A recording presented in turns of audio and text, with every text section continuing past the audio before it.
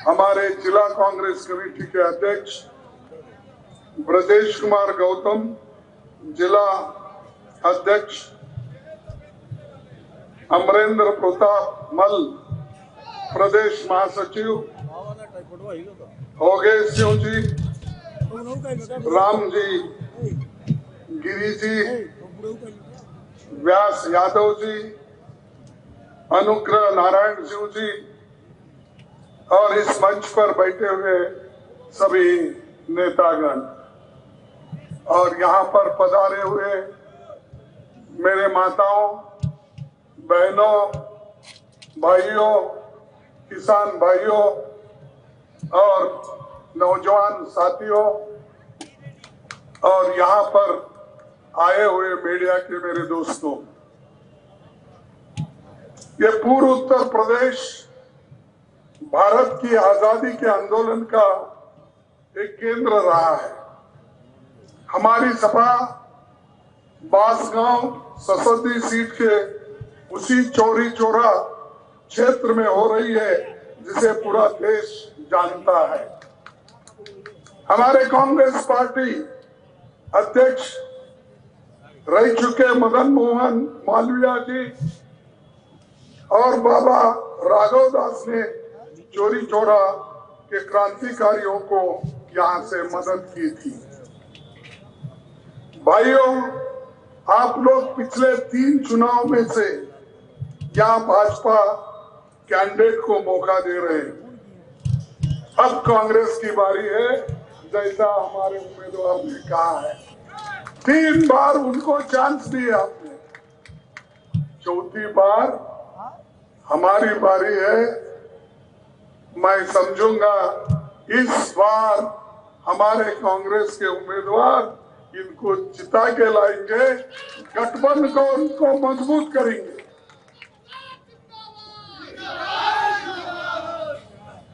सदल प्रसाद एक senior leader है और एक विचारधारा पे वो अपने जीवन में आगे बढ़े हैं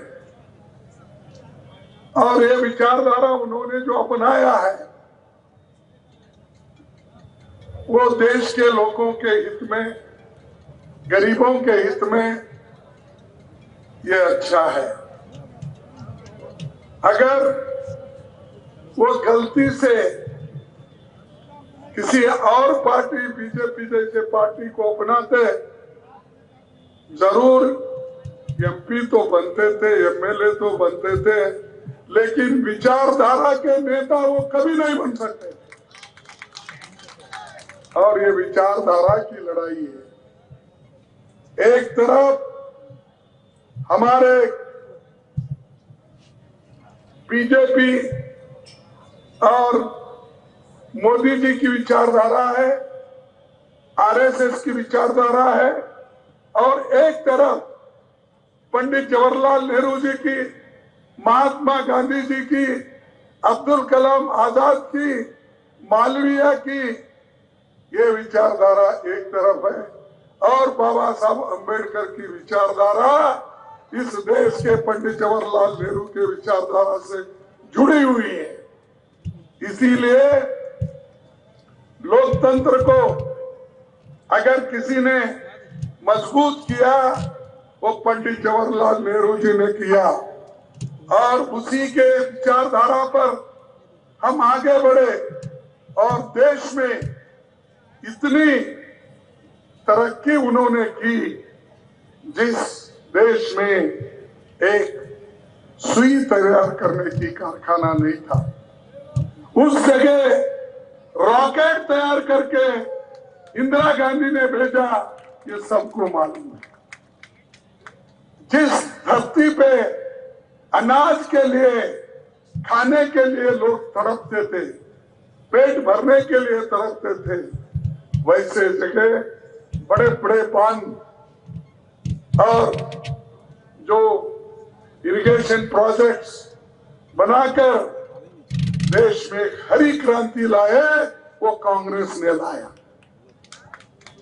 उसी ढंग से इस देश में जो दूध का बहुत बड़ा किल्लत थी, उस दूध को आज अमूल बहुत से कोऑपरेटिव सोसाइटी में भी उनके उनके स्टेट में जो बनते हैं, ये सब व्हाइट रेवोल्यूशन जिसको बोलते हैं, वो भी पंडित जवाहरलाल नेहरू और इंदिरा गांधी जी की देन है। हम सोचना चाहिए, सिर्फ अगर इमोशन में आके जो मोदी कहते हैं या कोई और दोस्त कहता है, उससे देश का फर्क पड़ने वाला नहीं। फर्क उस वक्त पड़ेगा जिस वक्त जिनके विचारधारा पे आप चलेंगे, जो विचारधारा गरीबों के हित में होगा, महिलाओं के हित में होगा, किसानों के हित में होगा, युवाओं के हित में होगा, वही विचारधारा सही है। और उसी के ऊपर आज गठबंधन के सभी लोग एक होकर आगे बढ़ रहे हैं। और बीजेपी सपना देख रही है, कभी बोलती है 500, कभी 400, कभी गनीमत है 600 नहीं बोली, क्योंकि पार्लियामेंट की संख्या होती है 543 और ये बोलते हैं 400 पार, कभी बोलते हैं उनके शिष्य लोग 500 पार। गलती से ये ना बोले कि 600 पार। ये सोच है मोदी की, ये सोच है बीजेपी की, और ये सोच है आरएसएस की। मैं आप तमाम से अपील करूंगा, सबसे महत्व इस देश में अगर कुछ है तो वो लोकतंत्र और संविधान सबसे बड़ा है। अगर आप लोकतंत्र को छोड़ेंगे, तुमको कोई पूछेगा नहीं। हुकुमशाह, राजे, महाराजे ये लोग आएंगे, लेकिन तुम्हारे घर पे वोट मांगने के लिए कोई नहीं आएगा। अगर जमहूरियत नहीं, लोकतंत्र नहीं, तो तुम खत्म। उसी ढंग से देश का संविधान बाबा साहब अम्बेडकर ने इसलिए बनाया, सबको समान दृष्टि से, सबको एक करने के लिए उन्होंने प्रयास किया और नेहरू जी उसको स्वीकार किए, महात्मा गांधी जी उसको सपोर्ट करे। इसीलिए मेरे माता और बहनों को आज वोटिंग का अधिकार जो मिला इस देश में, वो बाबा साहब अम्बेडकर और नेहरू जी की थे। बहुत से देश आजाद हो गए, लेकिन उनको वोटिंग का अधिकार नहीं था स्त्रियों के लिए। कोई 200 साल पहले उनको दिया, 150 साल पहले दिया, किसी को 80 साल पहले दिया, ऑस्ट्रेलिया जैसे। लेकिन यहाँ पर देश जब आजाद हुआ, नया संविधान जब बना, उसी दिन गरीब और अमीर को एक ही वोट का अधिकार, उसका मूल्य भी एक ही। औरत और मर्द को एक ही वोट, वहां कोई डिफरेंस नहीं। लेकिन आज मोदी जी फिर वो दिन लाना चाहते हैं जो मनु के वक्त थे। गरीब गरीब रहना चाहिए, महिला को कोई अधिकार नहीं पॉलिटिक्स में आने का, गरीबों को कोई अधिकार नहीं। एक आसाम के चीफ मिनिस्टर ने कहा, आप लोग सुने होंगे, पढ़े होंगे, हेमंत, उसका नाम हेमंत मिश्रा क्या है? सोरेन, हेमंत सोरेन। हाँ, हेमंत शर्मा। उसने क्या कहा? उसने कहा इस देश में सूत्रों को सिर्फ सेवा करना, उनका काम इतना ही है। जितने भी सूत्र हैं, उन सूत्रों को उनकी सेवा करना चाहिए।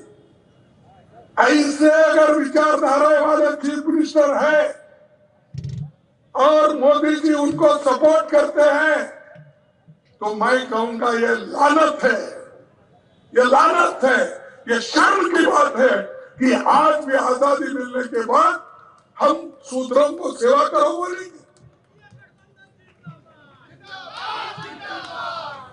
इसलिए तुमको संविधान बचाना है, लोकतंत्र को बचाना है। ये एक तरफ है, इसी का चुनाव है। उसके साथ साथ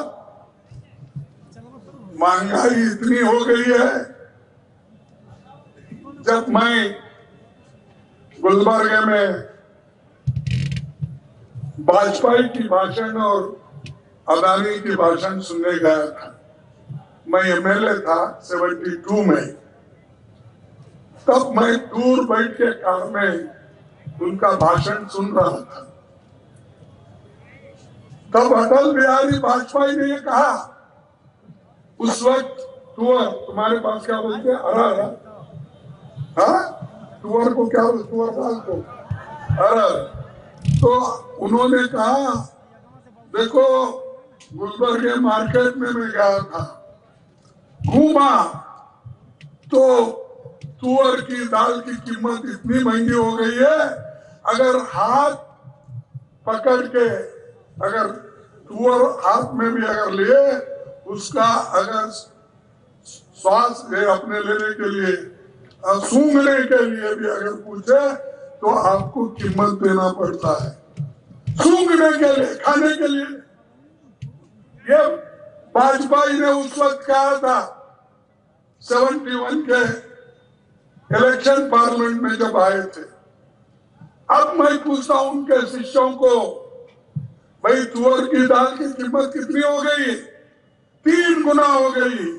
हमारे यूपीए सरकार में अगर उसका 400 रुपए था, आज 880 रुपए तक हो गया। उसी जगह उसी तरह से हर चीज महंगा हो गया। पेट्रोल की कीमत डबल ट्रिपल हो गई, डीजल की कीमत डबल ट्रिपल हो गई। और मैं कहूंगा पेट्रोल की कीमत 214 में 66 रुपए था, आज 102 रुपए है। तो किसकी सरकार अच्छी थी? देश के लिए किसकी सरकार अच्छी थी? डीजल की कीमत 2014 में 52 रुपए था, आज डीजल की कीमत 90 रुपए है। 90 रुपए है कि नहीं? पहले 52 रुपए था। कौन सी सरकार अच्छी थी? क्रूड ऑयल जो बाहर से लाते हैं, पेट्रोल और डीजल के रूप में यहां जो बनता, कन्वर्ट करते हैं, उस वक्त 105 एक बैरल को था, $105 एक बैरल को था। अब $86, यानी कम हो गया क्रूड ऑयल की कीमत बाहर लाने से, और डीजल और पेट्रोल की कीमत ऊपर चली गई। उसी के साथ एलपीजी की कीमत 2014 में 414 रुपए था, अब क्या है? 903 रुपए, कई जगह 102 रुपए, सॉरी 1002 रुपए। तो ये सब देखो। और ये मस्टर्ड ऑयल 52 रुपए, 150 रुपए अब हो गया। अरहर दाल का तो मैं बोला 80, अब 128। तो ये सब उन्होंने आंकड़े दिए। सो है पार्लियामेंट में हम लोगों को उन्होंने आंकड़े दिया कि ये कीमतें आ जाए। तो कीमतें तो एक तरफ बढ़ रहा है, उसकी बात मोदी जी नहीं करते। उसकी बात योगी जी नहीं करते, सिर्फ बात करते हैं मोदी है तो मुमकिन है। क्या मुमकिन है?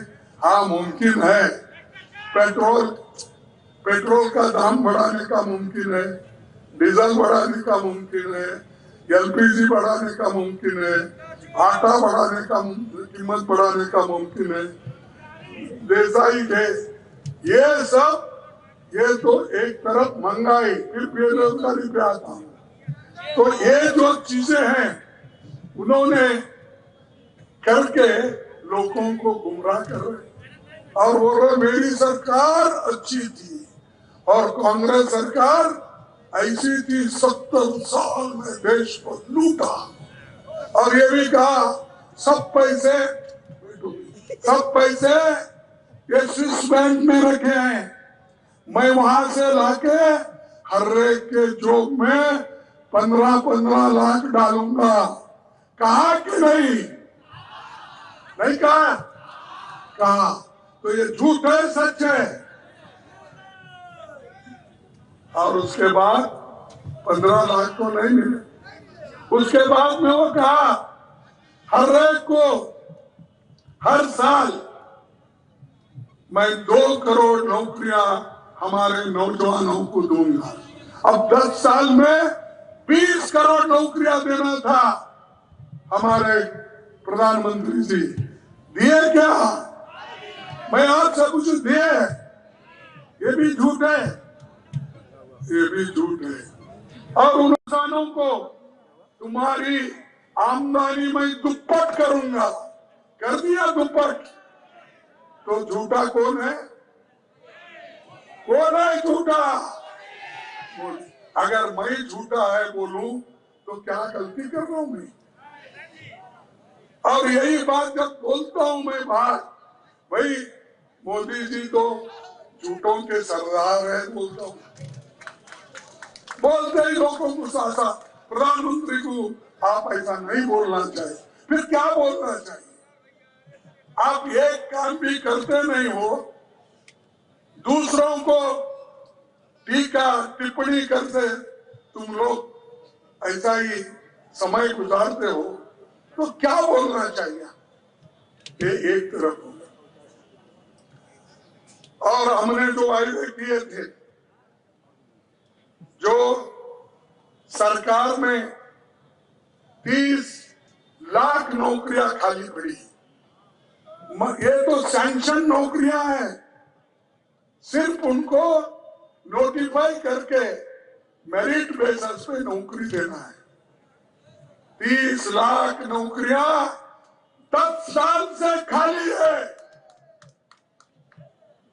5, 10, 20 ऐसा होके अब तक 30 लाख नौकरियां खाली है। नौजवान घर घर घूम रहे हैं, इंजीनियरिंग करके घूम रहे हैं, पॉलिटेक्निक करके घूम रहे हैं बेकार। उसके बाद हर चीज ग्रेजुएट बन के घूम रहे हैं। ये सब आज इतनी बेरोजगारी है, अनएम्प्लॉयमेंट है, मोदी जी को इसकी फिक्र नहीं। वो सिर्फ बार बार राहुल गांधी को गालियां देते, बार बार सोनिया गांधी को गाल देते, बार बार प्रियंका को कुछ बोलते हैं, फिर अगर बचा कुछ उनके पास तो मेरे ऊपर भी आते हैं। लेकिन मैं कभी झुकने वाला नहीं। मैं जो पॉलिटिक्स में आया हूं, 53 साल से मैं पॉलिटिक्स में हूं। 12 इलेक्शन में से 11 इलेक्शन में जीता हूं। एक बार राज्यसभा में आया, मेरे को दिक्कत हो गई तो परसों। इसके सिवाय हमने बहुत से प्राइम मिनिस्टर को भी देखा, बहुत से चीफ मिनिस्टर को भी देखा, लेकिन ऐसा चीफ मिनिस्टर, ऐसा प्राइम मिनिस्टर मैं कभी नहीं देखा।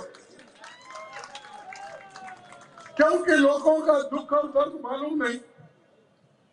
वो लोग तो कहते हैं, परसों मैं सुना अपने महाराष्ट्र में हमारे प्रधानमंत्री जी बोल रहे थे, भाइयों और बहनों, मैं ये जो हमारे कौन सा विदर्भा में है ना, परसों अभी नाम बोला मैं, आप दूल्हे में क्या बोल रहे थे? प्रधानमंत्री बोले मैं दूल्हे के प्याज खाकर, रोटी और प्याज खाकर 40 साल गुजारा, और बोला प्याज और रोटी खाके 40 साल गुजारे। फिर बाद में बोले कि देखिए तुम्हारे पास कपास पैदा होता है, उत्पन्न करते हो, उसी कपास से जो धागा बनता है उस धागे से मैं कुर्ता और शर्ट बना लिया।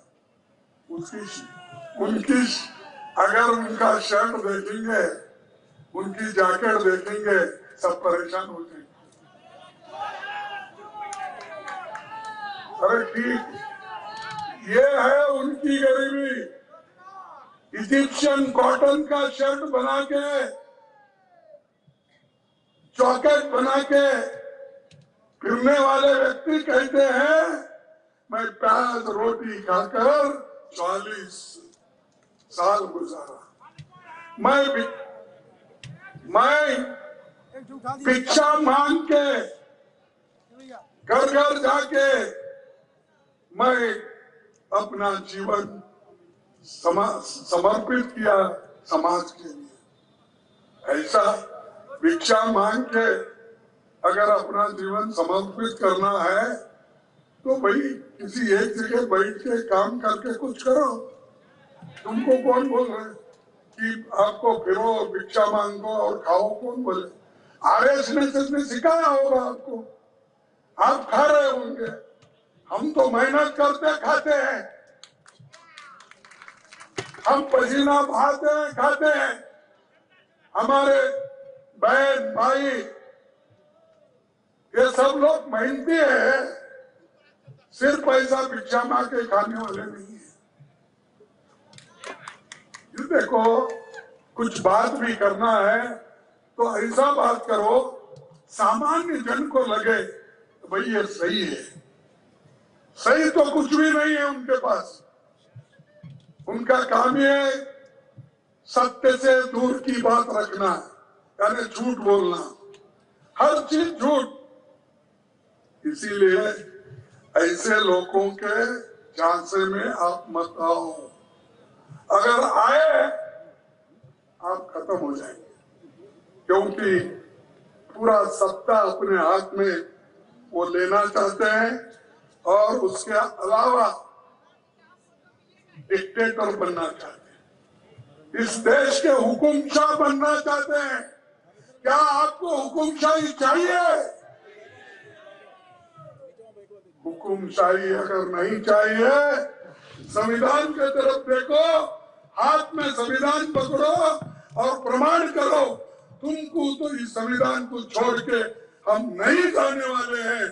लड़ेंगे, मरेंगे, संविधान की हिफाजत करेंगे,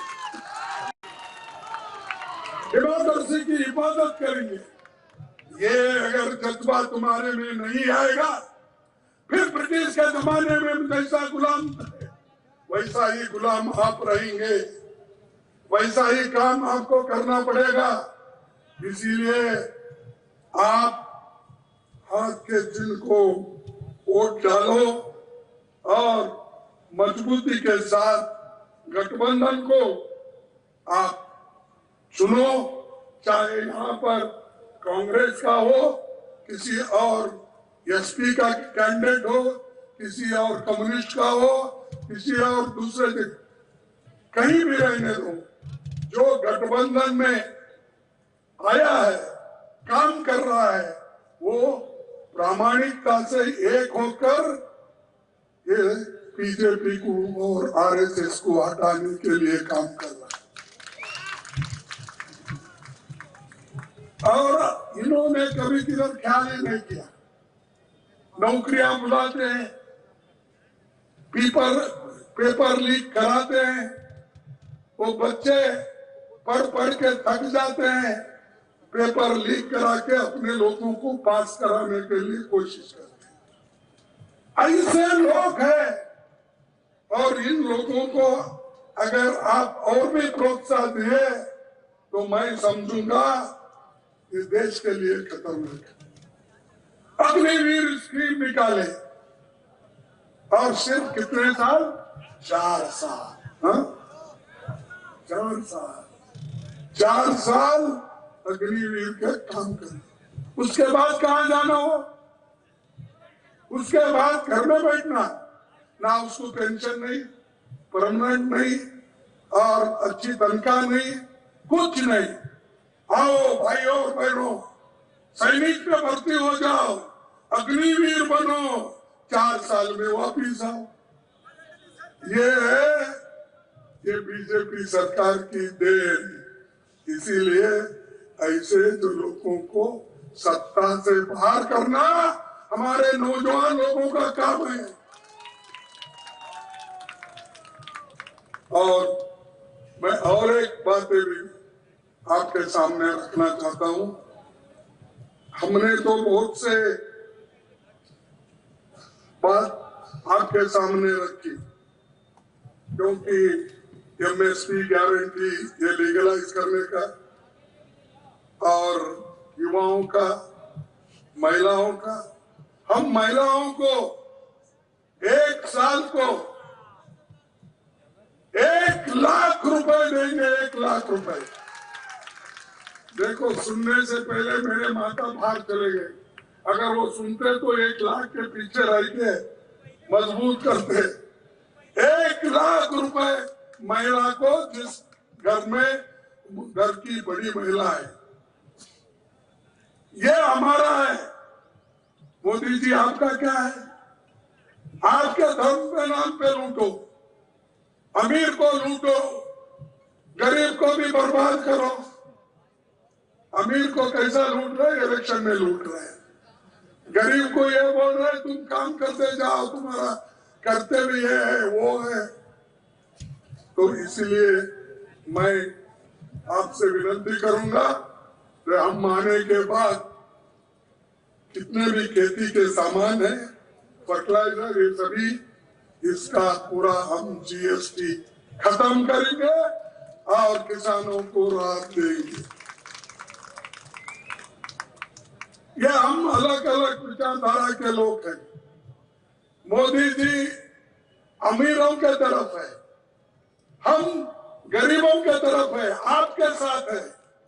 आपको चुनना होना कि आपको गरीब चाहिए, गरीब की तरफदारी करने वाला होना चाहिए, क्या अमीरों की तरफदारी करने वाला अंबानी, अदानी जैसे लोगों को?